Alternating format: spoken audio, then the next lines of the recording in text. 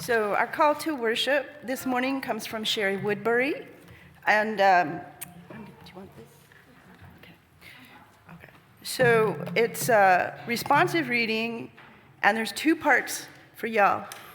And so that's why Beth is sitting on this side, so that she can lead you in the second part. And you're most welcome to welcome each other. So hopefully the words will be on the screen. Do we have the words on the screen? No. Okay. So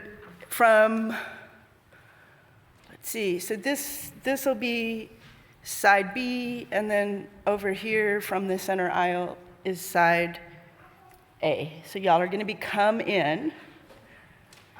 Okay. Y'all are going to be. Oh, you're right. You're side B.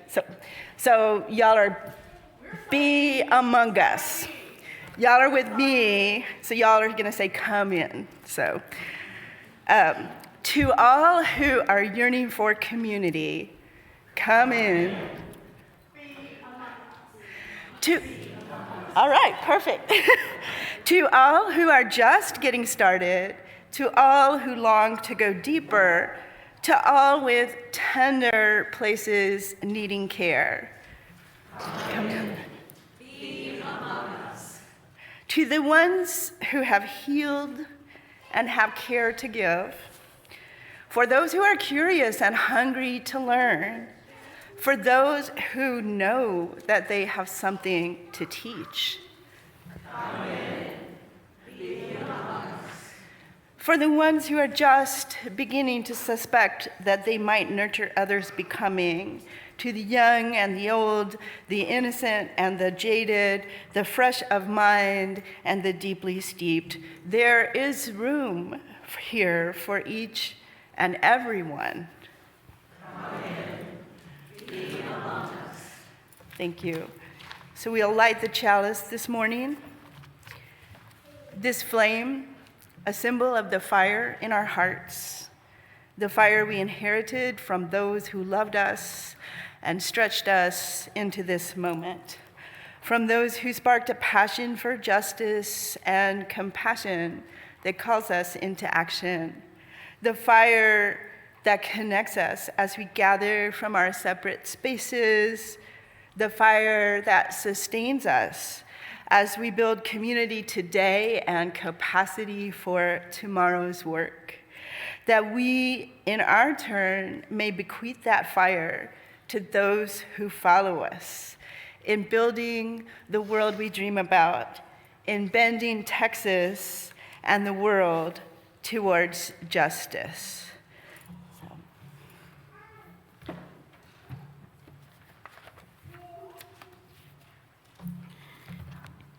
Each Sunday throughout the summer, we water the flowers we planted communally in our Earth Day ritual in April to remind us of the seeds we plant in community each time we come together at Horizon.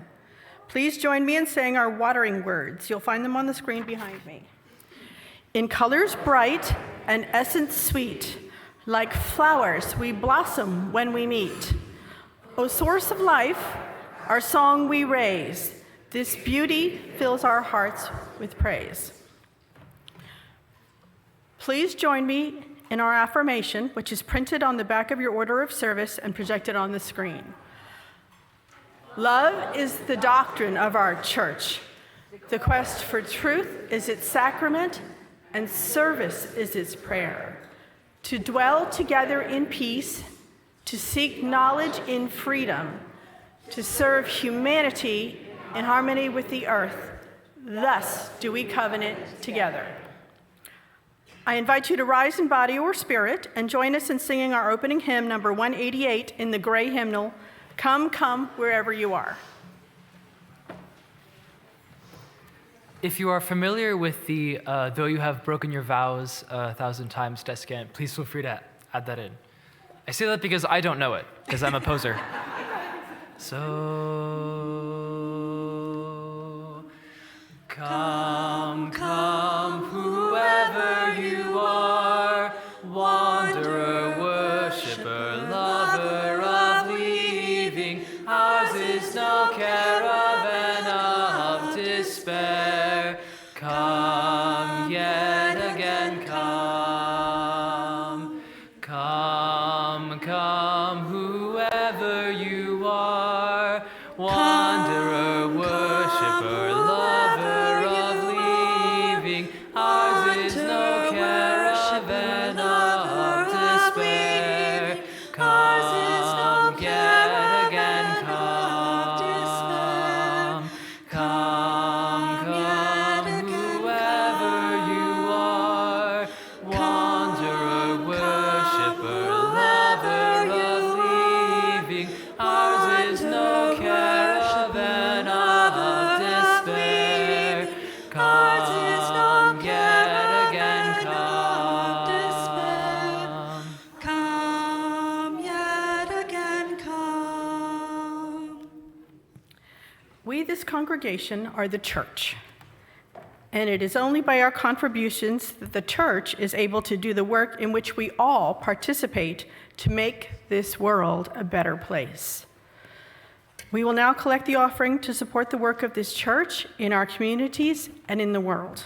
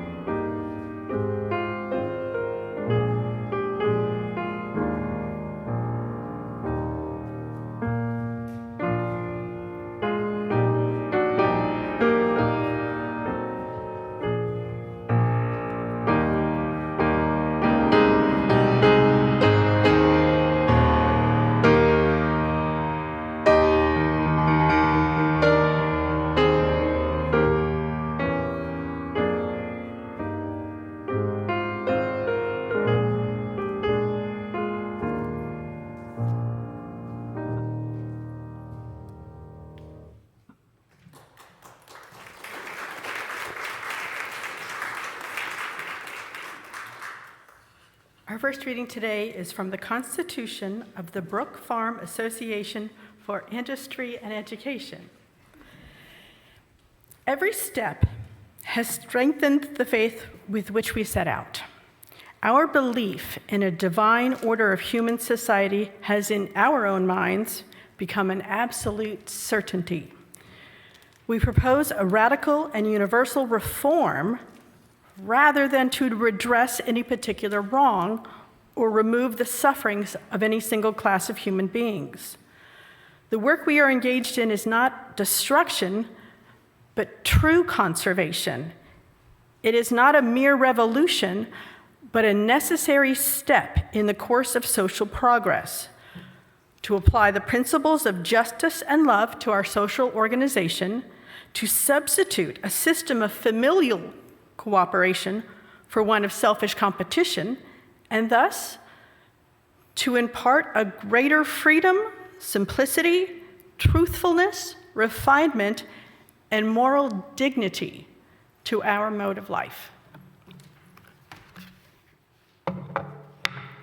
Well, happy Bastille Day, 14th of July.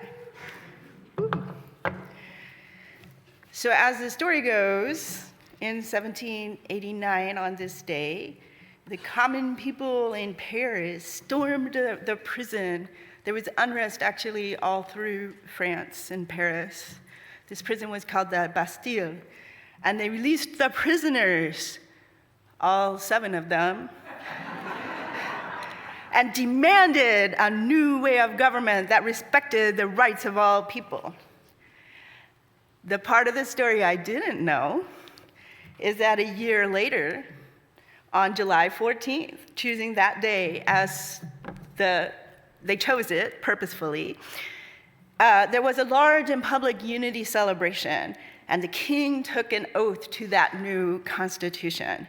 And so today commemorates both of those events. So we hold anger and hope all together in the way that we think of action. And we know that these ideals of liberty, fraternity, and equality did not easily come to pass. It's not a linear progress like the Constitution of the Brook Farm seems to indicate. It's not inevitable. For almost a century after the French Revolution, the governments whipsawed back and forth from republic to monarchy to autocratic empire it was back and forth. And France finally then adopted a parliamentary system in 1870. And even within our own democratic systems, we're struggling with oppressions like racism, classism, patriarchy, and other oppressions that impede people's ability to thrive. This is why we seek beloved community today. And then in the 1800s, there was also a seeking of something different. There were philosophers who didn't like the social systems that exploited and controlled people, and so they wondered about alternative social structures. People gathered to practice these new ideas in small-scale communities. There were at least 80 communal experiments in the US in 1840 that included the Brook Farm community founded by Unitarian minister George Ripley and his wife, Sophia. Ripley was inspired by the Christian Union Convention, and it had proclaimed the purpose of Christianity is to redeem society as well as the individual from sin. So this idea that poverty could be a sin, that inequality could be a sin. And so they wanted to create a place where everyone, regardless of their gender, their age, would be paid equally. And they were, and where they could do the work they liked. They could experience intellectual freedom. And the idea was that this social experiment would transform the world by example. And this really dovetails, and Ripley followed the ideas of Charles Fourier, a Frenchman who believed the divine order already existed on earth. It was inevitable. It wasn't to dream about. We could do it. We could live it with concern for one another and with cooperation. The law of love animated Fourier's utopian vision. He thought people would have affectional bonds with each other, and they would be able to organize themselves in groups that supported both the community and the individual through these affectional bonds. And they would enjoy the work that they were the most passionate about. And if everyone did the work they were most passionate about, then everyone would be happy. Now, we know that's that's not necessarily realistic. But what I want to point out about his ideas is that he believed that human variety was the key thing. He wanted to have community members that had complementary personalities and passions, so it wasn't like, let's just get everybody who's all like each other. And he had some other really radical ideas at that time. He thought women should have equal rights, thus equal pay at Brook Farm. He thought that you should affirm a variety of sexual orientations because that was important to community life. So not unlike our whole lives today. So the community would be in a phalanx, because if you lived individually, that wasted efforts and people could be isolated or alienated. So this phalanx, which was a building, would have a center that was quiet for the quiet people, a wing for noisy activities that included areas for children, and another wing that had ballrooms and meeting halls in it. And everyone's needs could be met all could thrive. So you can see these traces in the Constitution. We're certain we'll achieve a divine order on earth. We cooperate. We promote justice and love. We promote freedom. But as we know, the Brook Farm community collapsed between a smallpox outbreak, religious tensions, and the burning down of their building with no insurance. So, always get insurance. But Brook Farmers were not done. An alumnus and Universalist minister, John Allen and Albert Brisbane, who believed that the US was the place for Fourier's ideas. They were still dreaming, and so they would soon represent the American side of a European-American venture that was here in North Texas, La Reunion, the meeting place. Now, Victor Considerant was a French emigre who came to Texas, and he thought North Texas was the perfect place. Nature has done all. Texas has easy river access, highly fertile prairie lands with humus that is 5 meters deep. Does that sound right to you? No. He saw native grapes, and so he thought, we can grow grapes, have an orchard, make wine, and make money. And so his group of Swiss, Belgian, and French immigrants journeyed from Europe to New Orleans, to Galveston, to Houston, all by boats, and then by foot to the banks of the Trinity River to La Reunion, which is what is in now West Oak Cliff. There was a Polish engineer, Kalist Wolski, who served the advanced team, which is like 30 people. Let's make the place ready. And he gives some insight into the early days. They wanted to have a system for services, so this is this Fourierist idea that people do the work they want. However, there wasn't lodging. And so almost everyone needed to be carpenters. There were farmers, but they cooked. There was a doctor and accountant, but they became table waiters. So this equality and like nobody is too good for any work, they did that. Now, the timing was not right for crops, and we know about the soil. So they got their food from existing provisions or from the nearby tiny 400-person town of Dallas. Because this soil is actually much more conducive to making bricks or concrete than growing crops.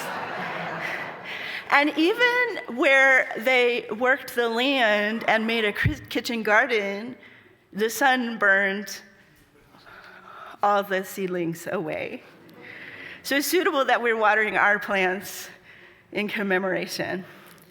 Their working time was from 4 a.m. to 10 a.m., and then again from 3 p.m. into the evening. But Madame Considerant did create a salon under a copse of cedar trees where they could talk about things, listen to nature. And so it was beautiful. Hard, but beautiful, according to Wolski. And then the second wave arrived. Unfortunately, the second wave of community members had begun quarreling during the journey and arrived with the intent to expel one of their members from the community. So, hard times, there were factions about structure and priorities. Shall we have a school? Shall we have a tannery? While the community could vote and say, yes, we want a school, Considerant held the purse strings and said no. He became depressed and by turns avoidant and autocratic. And so there was like a spiral of distrust that resulted in a nervous gridlock within the community. There was this skills mismatch, too many artists and artisans, not enough farmers and builders. There was an unexpected ice storm. There were crop failures. And so this community folded less than 2 years, only 18 months after it was founded. And these community members brought their skills. They brought a brewery to Dallas. There was a botanist, an architect. There was a butcher, which revolutionized how you got meat. The musicians, they just all went across the river, bringing their dreams, their sorrows to this small frontier town. And now we are going to take the time to honor the sorrows and the joys of this community, knowing that we are all interconnected and that what affects one affects us all. Oh, I love this one. This is a joy and a sorrow. Bunny and Bob Summerlin are moving to Ohio to be near their children. And so that's very joyful for them, but it's a sorrow for us because of their, it's Bunny and Bob. And so I think this is the one that is spoken, but we'll light a candle this morning to honor the joys and sorrows which have gone unspoken and which reside in our hearts. And as we hold the joys and the sorrows of this community, we'll enter a time of prayer and of meditation. And I'll read the words of Reverend Julian Jamaica Soto from their meditation manual, Spilling the Light. This is a charm for hope. The first thing to do is tie a string around your finger. Remember that you are not alone. Think of the ways that our best shared futures are braided inextricably with our own present and your destiny. The second thing is to untie the string and let the knots and tightness fall away. Let the burden of bleakness roll off your sore shoulders. Resistance on these opaque horizons only requires one source of strength, one ray of light. Remember that persistence doesn't require all the answers up front, only one. Fortunately for all of us, we have one response: to remain together through awkward times and happy times. We remember and we find resolve in one another. Voice still and small, deep inside all, I hear you call, singing in dark and rain, sorrow and pain, still you remain singing, calming my fears, quenching my tears, through all the years singing.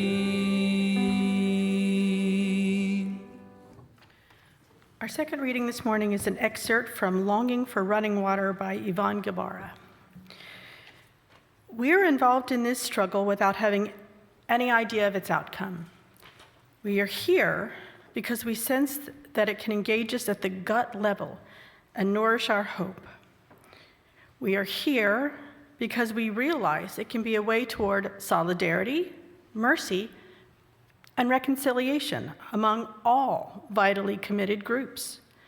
We are here because we love life and do not want to see it snuffed out on account of our human whims and our destructive tendencies.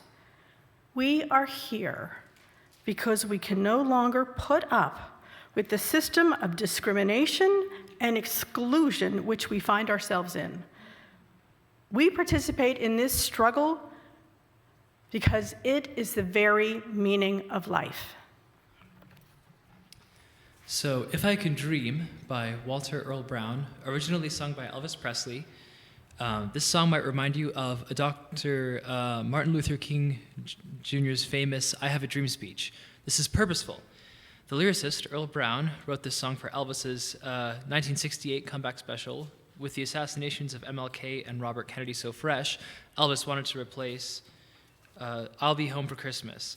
Brown knew that Elvis dearly admired MLK and so incorporated this homage. While Elvis's manager dismissed it as not Elvis's kind of song, Elvis insisted on recording it. He said, "I'm never going to sing another song I don't believe in." Indeed, when he recorded it, he sang the song with such grief and raw emotion that the backing vocalists wept. That's a high bar, but I'll do my best.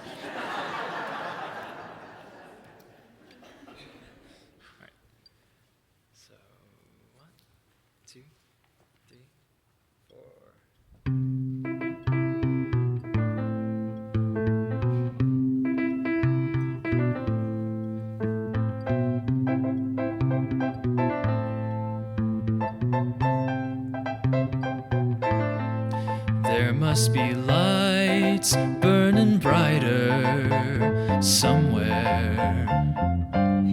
Got to be birds flying higher in a sky more blue. If I can dream of a better land where all my brothers walk hand in hand, tell me why, oh why can my dream come true? Oh why? There must be peace and understanding sometime. Strong winds of promise that'll blow away all the doubt and fear. If I can dream of a warmer sun where hope keeps shining on everyone, tell me why, oh why won't that sun appear?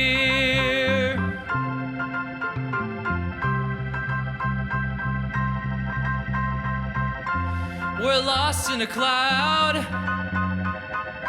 with too much rain. We're trapped in a world that's troubled with pain. But as long as a man has the strength to dream, he can redeem his soul and fly.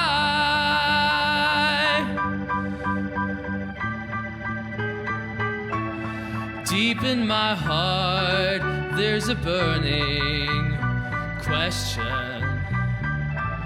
Still I am sure that the answer's gonna come somehow out there in the dark. There's a beckoning candle, yeah. While I can think, while I can talk, while I can stand, while I can walk, while I can dream. Oh, please let my dream come true.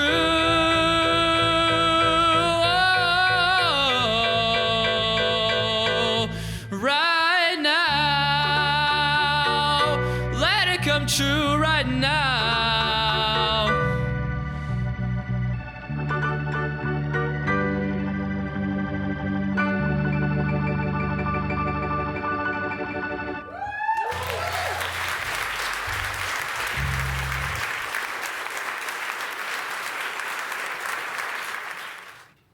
As in Elvis's time, 1968, as in the 1800s, our world remains on fire with open war, conflict, direct violence against people, as well as our planet, and the ongoing less overt violence of poverty, racism, and other oppressions. And so today we hold anger and hope together with the glue of love and compassion as we wonder about our next actions. What is ours to do?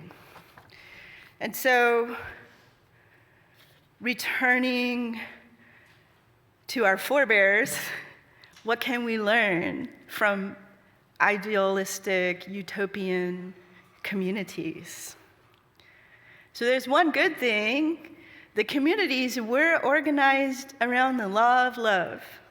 This idea that people should be happy, they should be cared for, they should thrive, and that human variety is crucial to the survival and thriving of all of us. This is our commitment as well. Now, I'm not too sure there was really that much diversity in these communities. Not unlike many Unitarian Universalist congregations, there was a norm and an actuality of a majority of people who were predominantly white, predominantly middle class. And so there's like this aspirational commitment to diversity that's not unlike ours. Now, this notion of pluralism, of actually knowing, seeing, and affirming human difference is one of our key values, nevertheless. At Horizon, we learned through the trans inclusion class that there's more to true welcome and affirmation than meets the eye. We must really analyze organizational culture to find out what's below the iceberg. So not just, what do we bring to potluck? What kinds of classes do we offer? How does the building look? But the underlying assumptions about the world. And then to think about what are the ways that our assumptions might reflect white supremacy culture, patriarchy, and conflict with the very folks that we want to be part of our community. And this is where the Radical Welcome Task Force comes in, and y'all should be so proud. We should be so proud we have it, and supportive of the work that the Radical Welcome Task Force is doing, because this is part of holding and valuing multiple expressions of culture. We also should be open to history, as well as to the views of others. Now, Considerant said nature prepared North Texas. Boy, was he wrong. He came in the 1850s, a decade after Texas militia wiped out Caddo villages on the banks of the Trinity River to take the land for themselves. And then one of the Army veterans got the land, he cleared it of trees, and then parceled it as a speculator. And that's where Considerant got his land for La Reunion. So it was prepared, but not by nature. It was prepared, but with a horrible human price. And this leads to the importance of really reflecting about the violence that has been done in the past and continues in our culture. This is at a time where there's an all-out assault on accurate history. What ways are our daily lives connected and dependent on such violence? And so we reflect and understand how we are interconnected, how the world we live in came to be, and where you and I and we are called to repair. Now, if we want to transform the world, we need to engage with the world, the whole world. We read from Ivone Guevara, and she was a nun who worked with people in Brazilian communities directly impacted by environmental pollution and destruction. She developed her theology of ecofeminism from this work. And she learned that those that were the most directly impacted understood the problems, understood the solutions. Contrast this to our utopians, and they had these highly structured systems with not a lot of flexibilities, steeped in assumptions from their own experiences. So we got two learnings here. We don't necessarily need to pull away and make something new. We want to be with the world, and we want to engage with those that are directly impacted and have the humility to center their wisdom so that we move in support instead of, I have a plan. No, shush, listen to their plan. Now, as we know, the La Reunion information just didn't match the facts on the ground. With the sun, the soil, the ice storms, the community was doomed before it began. In fact, the reason why there are very few artifacts of the community is because it became a quarry. So that's what the land was good for. So that tells us we really need an accurate read on the facts. We need to know who is telling us what is true. We need to know, like, how do they know that?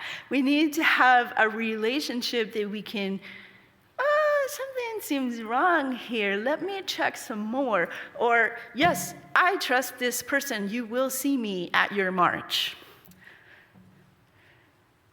So that's relationships and caring for the facts. Now, weekly, we say we envision beloved community. This idea of beloved community was popularized by Dr. Martin Luther King. And this is from the website of the King Center. It says, beloved community is a global vision in which all people can share in the wealth of the earth.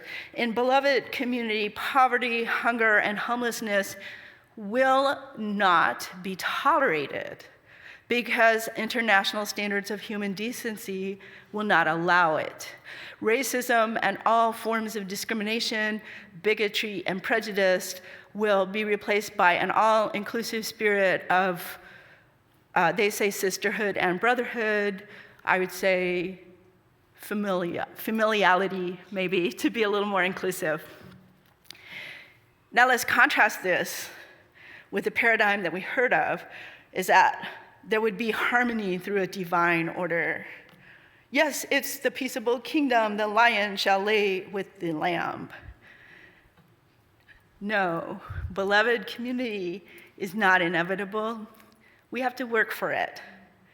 It's not characterized by a lack of conflict.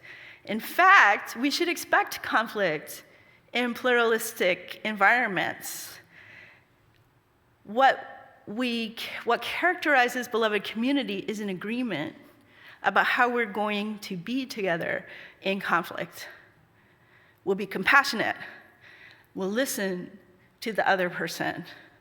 We stay in relationship, and we do not resort to interpersonal or physical violence. So beloved community becomes a daily way of being. So he told the story about Rabbi Abraham Joshua Heschel, who in his way also worked for beloved community, and his Sabbath practice that allowed him to taste the world to come to relish it. Spiritual practices like this give us strength. They expand our sense of what is possible. They expand our moral imagination. And so I want to leave you and ask you, what are your personal practices that allow you, that nourish you, to live beloved community and to build it day by day.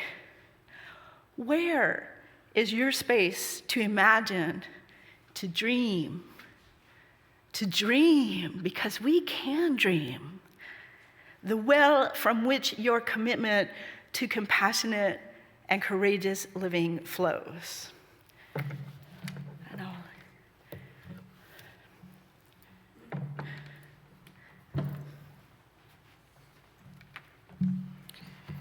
Now we extinguish this flame, but not our commitment to welcome radically, love boldly, grow spiritually, and serve courageously.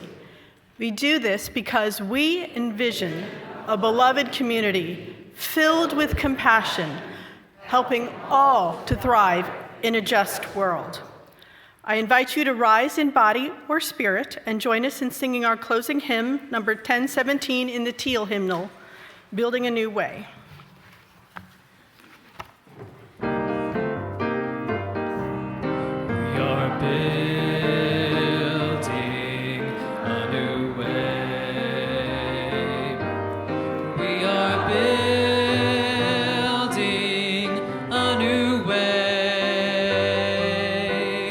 We are building a new way, feeling stronger every day. We are building a new way. We are working to be free. We are working to be free. We are working to be free. Hate and greed and jealousy. We are working to be free. We can feed our every need. We can feed our every need. We can feed our every need. Start with love, that is the seed. We can feed our every need. Peace and freedom is our cry. Peace and freedom is our cry. Peace and freedom is our cry. Without these, this world will die. Peace and freedom is our cry.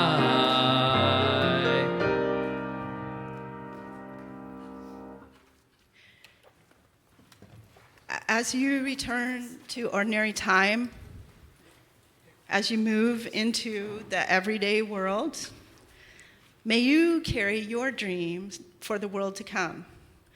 May you live your love out loud in the world that is, that we may create day by day beloved community. Go in peace.